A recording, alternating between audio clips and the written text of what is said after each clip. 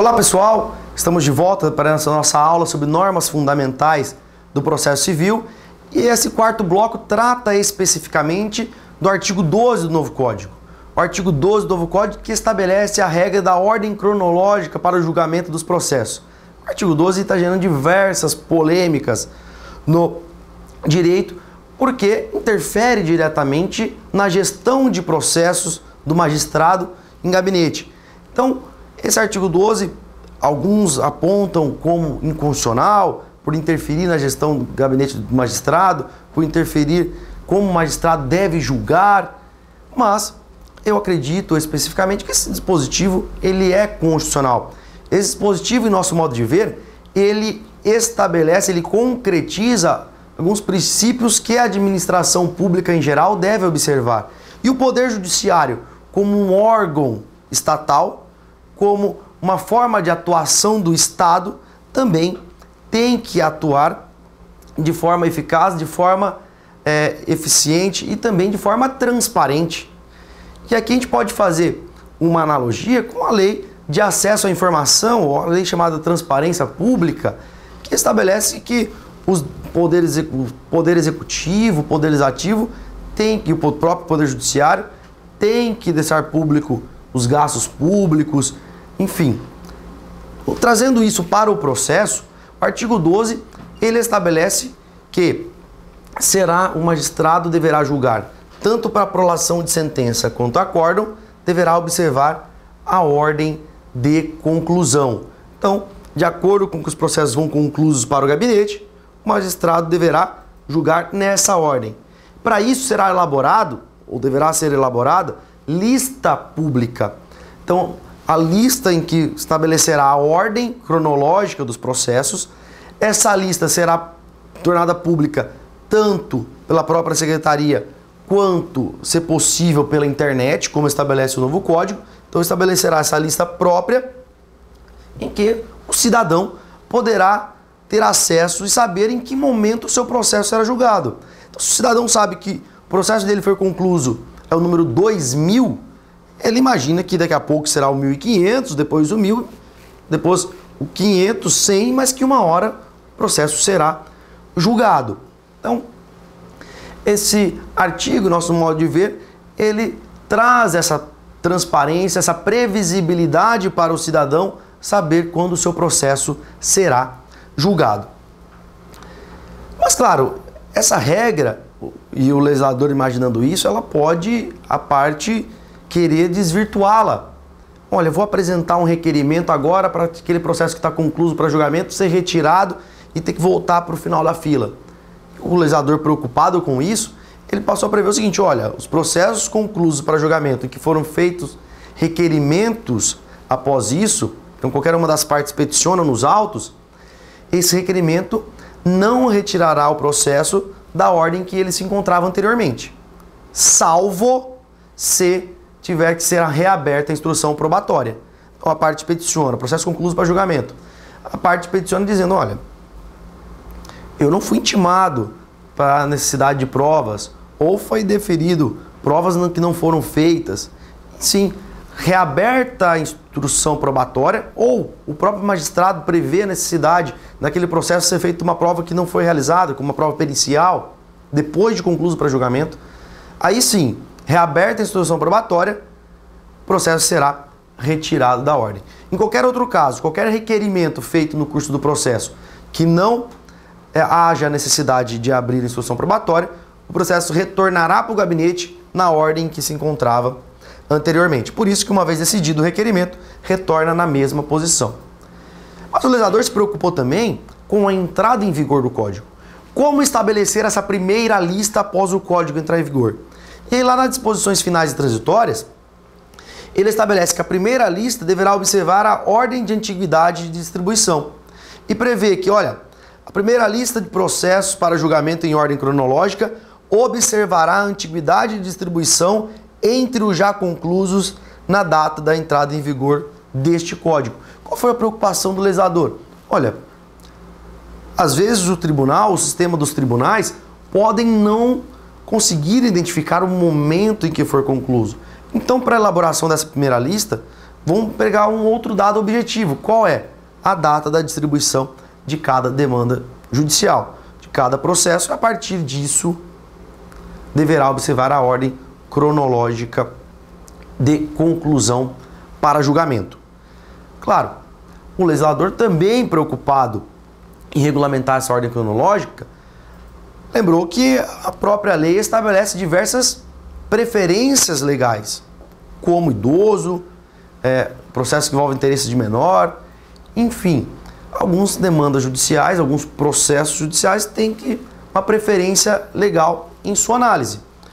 Por essa razão, o legislador ele estabeleceu que deverá ser feita uma outra lista, uma lista especificamente das preferências legais. Além disso, além dessa dualidade de lista, ou seja, uma lista para os processos comuns, vamos assim dizer, e outra lista para os processos das preferências legais, o próprio Código prevê algumas exceções. E aí ele traz aquele processo que iria no final para um outro momento, que eu denominei de os processos fura-filas. Então as preferências, tanto sentença ou acórdão que tenha sido anulado, ele poderá entrar em uma outra ordem para julgamento. Também, caso de reexame de recurso para aplicar tese firmada em recurso repetitivo, há uma exceção, poderá ser julgado. Além disso, o Código se preocupa em trazer processos em que não há, ou momentos processuais em que não há necessidade de observar a ordem cronológica. O magistrado está realizando a audiência de instrução e julgamento e prevê que naquele momento seria o ideal para efetuar o julgamento logo após o contato com as provas, está bastante conhecido os autos naquele momento e ele pode julgar o processo em audiência. Claro, se o processo for julgado em audiência, não há necessidade de observar a ordem cronológica. Da mesma forma, decisões judiciais para homologar acordo ou para improcedência liminar do pedido também poderão ser prolatadas independentemente de observar a ordem cronológica. Também está excluído da ordem cronológica processos em que possuem teses jurídicas fixadas em recursos repetitivos ou naquilo que o Código chama de casos repetitivos, incidente e resolução de demanda repetitiva e técnica de julgamento de recursos especiais ou extraordinários repetitivos. Uma vez fixada a tese jurídica, não haverá necessidade de seguir a ordem cronológica. E aqui é um ponto interessante para chamar a atenção para uma crítica que no âmbito dos tribunais tem sido feitas. Porque no âmbito dos tribunais, uma das técnicas de julgamento de várias câmaras ou turmas pelo Brasil afora é julgar processos em que fazer sessões temáticas. Então é muito comum que sejam feitas sessões em que levam o mesmo tema para julgamento ou vários processos sobre o mesmo tema. Aqui tem uma observação importante: se a tese jurídica for fixada em casos repetitivos, não há necessidade de observar a ordem cronológica. Logo, é uma regra importante porque demonstra que os tribunais têm que ter esse zelo na fixação da tese jurídica para dar uma previsibilidade e segurança jurídica a respeito da questão debatida, principalmente para casos repetitivos. Uma vez fixada a tese jurídica, poderá o magistrado julgar independentemente de observar a ordem cronológica de conclusão.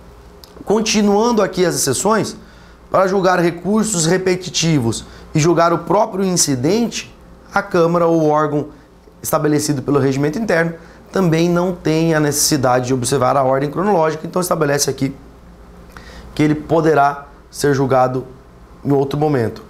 O Código também estabelece que não precisa observar a ordem cronológica para o juiz proferir sentença que extingue o processo sem julgamento de mérito e que resolve a execução.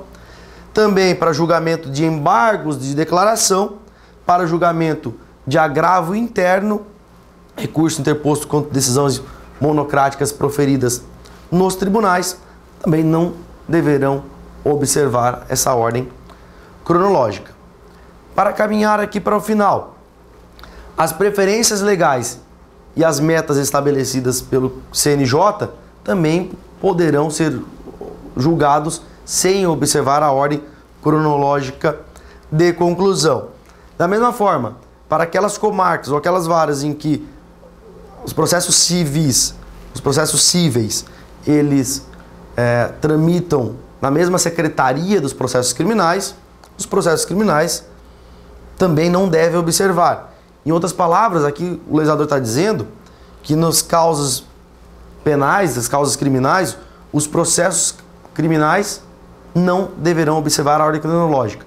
Em outras palavras, diz que o artigo 12 não se aplica no processo penal. Da mesma forma, e aqui uma cláusula, uma válvula de escape, uma cláusula aberta. As causas em que exige urgência, ou seja, decisão que não pode aguardar a ordem cronológica sob pena do direito perecer, também poderão ser julgadas sem observar a ordem cronológica, mas nessa hipótese o Código prevê que o magistrado deverá fundamentar o motivo que exige essa urgência.